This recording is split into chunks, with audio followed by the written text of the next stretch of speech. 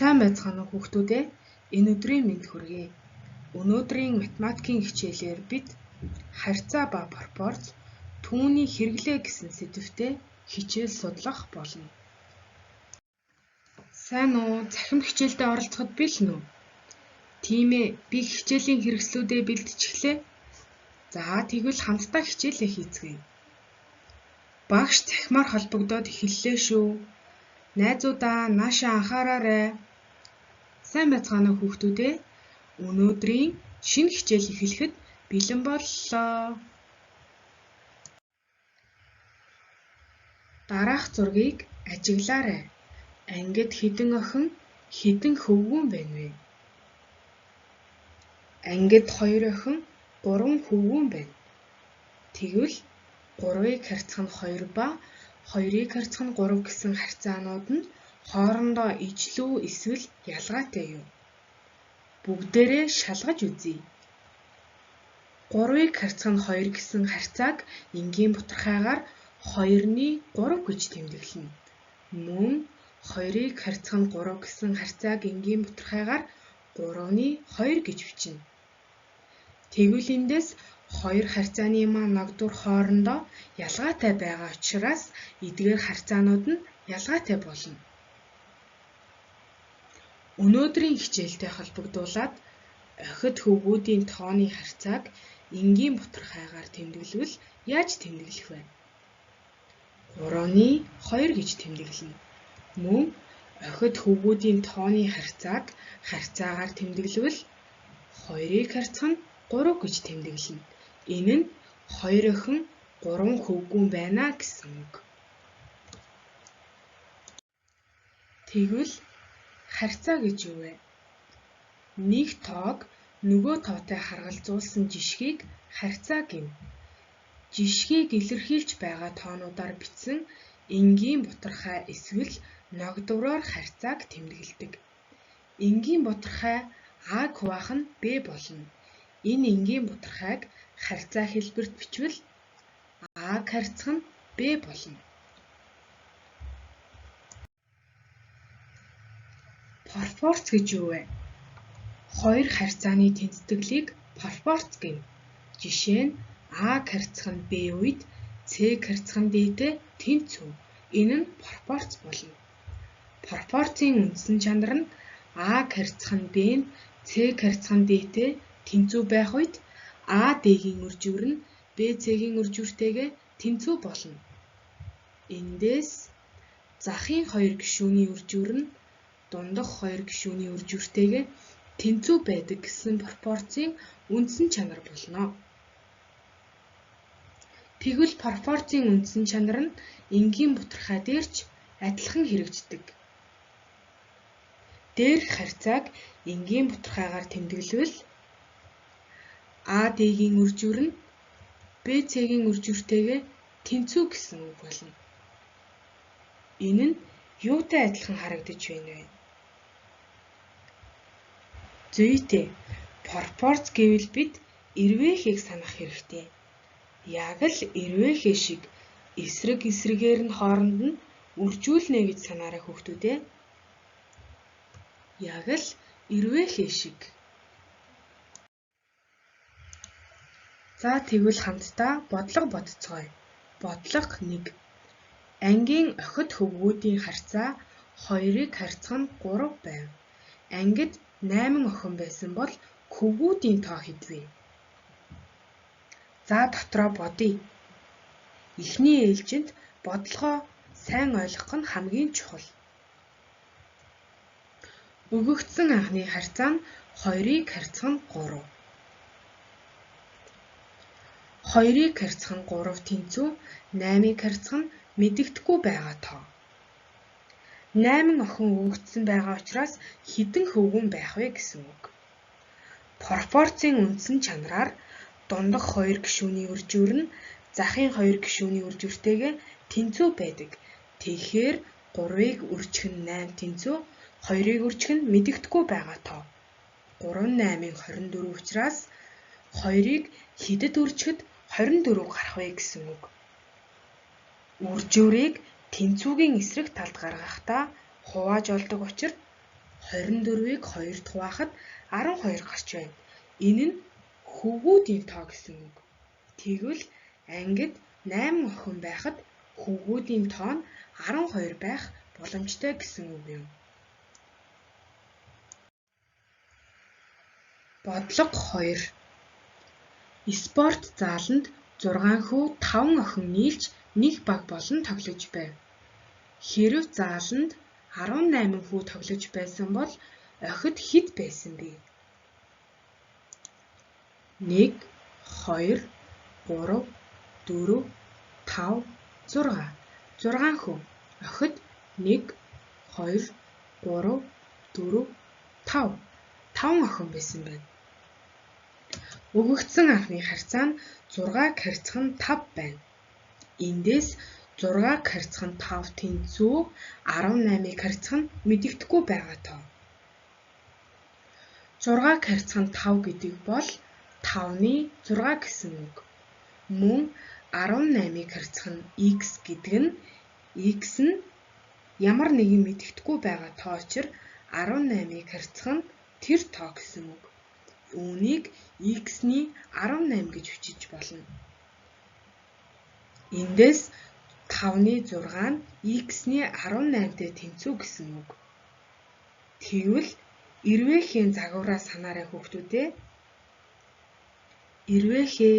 Эрвээхээ нэг далавчин нөгөө далавчин. Эндээс энэ нь тэгштгэл болж байна.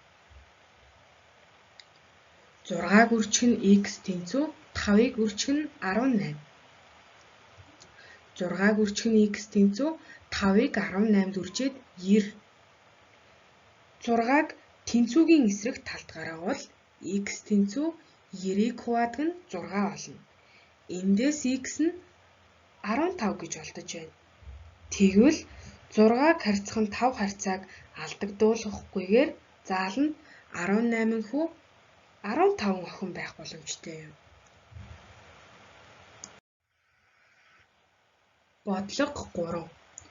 Зураг дээрх цэнхэр өнгөтэй хэсгийн тоог ногоон өнгөтэй хэсгийн тоонд харьцуулсан харьцааг бичээрэй. Цэнхэр өнгөтэй хэсгийг хамтдаа тоолцгоё. 1, 2, 3, 4, 5. Цэнхэр өнгөтэй хэсэг нийт 5 юм байна. Ногоон өнгөтэй хэсгийг тоолцгоё. 1, 2. Ногоон өнгөтэй хэсэг нийт 2 юм байна.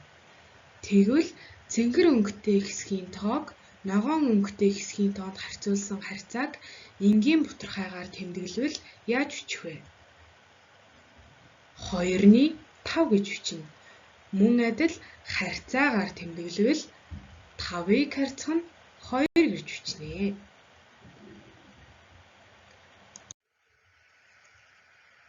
Дараагийн бодлогыг хамтдаа бодцгоё. Бодлого 4. 10 см урттай 2 см өргөнтэй тэгшин цэгтийг 2 дахин багасгаж зурхад түүний хэмжээнүүд хэрхэн өөрчлөгдөх вэ? Тэгшин цэгтийг харцгаая. 10 см урттай 2 см өргөнтэй тэгшин цэгт байна. Үүнийг 2 дахин багасгаж зурхад түүний хэмжээнүүд хэрхэн өөрчлөгдсөнийг харцгаая. Урт нь 2 дахин багассан байна. 1, 2, 3, 4, 5 болсон байна. Өргөн нь тэгвэл яаж өөрчлөгдсөн байна вэ? Өргөн нь хിവэрэ байна, тийм үү? Тэгвэл урт ба өргөн тус бүрийг 2 дахин багасгавал хэрхэн өөрчлөгдөх вэ? 10 см-ыг 2 дахин багасгаад 5 см болно. 2 см-ыг 2 дахин багасгавал 1 см болно. Энэхүү бичлэгээс харахад бидэнд харьцаа харагдаж байна, тийм үү? Бид энийг харьцаагаар бичвэл 10-ыг харьцах нь 5 нь 2-ыг харьцах нь 1-тэй тэнцүү болно. Бид харьцаан дээр өөр юуг санах хэрэгтэй вэ? Дундах 2 гишүүний үржүүр нь захын 2 гишүүдийн үржүүртэй тэнцүү байдаг. Үүнийг мартаж болохгүй шүү хүүхдүүдээ. Бодлого 5. Маргад Санчир 2-ын хөрш. Гэрэн сургуулаас 1 км 500 м зайтай. Маргад замын зурглалаа 10 см, Санчир 15 см-ээр төлөөлүүлж зуржээ. Сурагчид хэдэн метрийг 1 см-ээр төлөөлүүлж зурсан бэ? Энэхүү бодлого нь газрын зураг масштабтай холбоотой бодлого байна. Тэгэхээр 1 км 500 м нь 1500 м-тэй тэнцүү. Маргад 10 см зурсан учраас 1 см-т 150 м-ийг багтааж зурсан. Харин Санчир 15 см-ийг зурсан учраас 1 см-т 100 м-ийг багтааж зурсан байх нь. Өөрөөр хэлбэл 1 см зайн 150 м 100 м-ээр төлөөлөгдөн зурсан байх нь.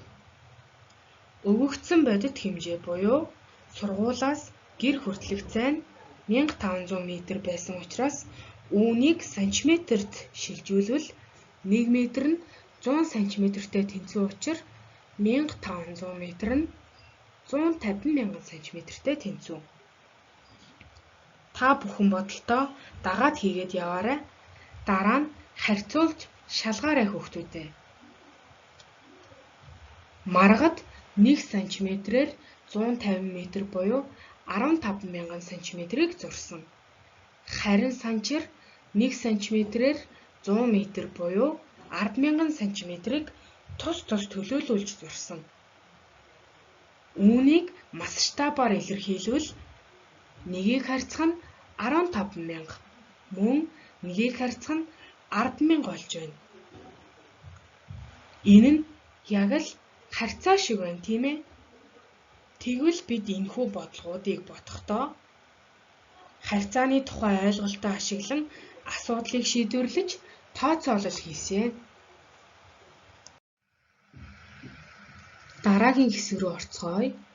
2-ыг харьцах нь 3, 4-ийг харьцах нь 9, 6-ыг харьцах нь 9 гэсэн харьцаануудаар пропорц үүсгээд үнэн эсхийг нь тодорхойлоорой. Юуны өмнө эхлээд дэвтэртээ бие даан бодоорой. Дараа нь харьцуулж шалгаж үзээрэй хүүхдүүдээ. Тэгэхээр 2-ыг харьцах нь 3 тэнцүү, 6-ыг харьцах нь 9 харьцаа нь хоорондоо тэнцүү буюу үнэн юм байна.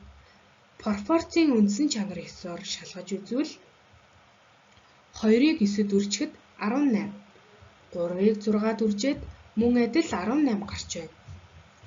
Тэгэхээр энэ харьцаа нь үнэн гэсэн үг. Тэгвэл 2-ыг харьцах нь 3, 4-ийг харьцах нь 9 болон 4-ийг харьцах нь 9, 6-ыг харьцах нь 9 гэсэн харьцаа нь худлаа. Яагаад худлаа юм бол шалгаж үзье. 2-ыг 9-д үржээд 18, 3 4-ийн 12. Ногдуур нь хоорондоо ялгаатай байна. 4 9-ийн 36, 9 6 54. Ногдуурууд нь хоорондоо ялгаатай учраас эдгээр харьцаанууд нь худлаа юм байна. Тэгвэл пропорц нь үнэн эсвэл худал байж болох уу хүүхдүүдээ? Үнэн эсвэл худал байж болдог бахан байна. Үнэн эсвэл худал хэсгийг шалгахдаа пропорцийн үндсэн чанараа ашиглах хэрэгтэй шүү. Бид өнөөдөр юу сурсан бэ?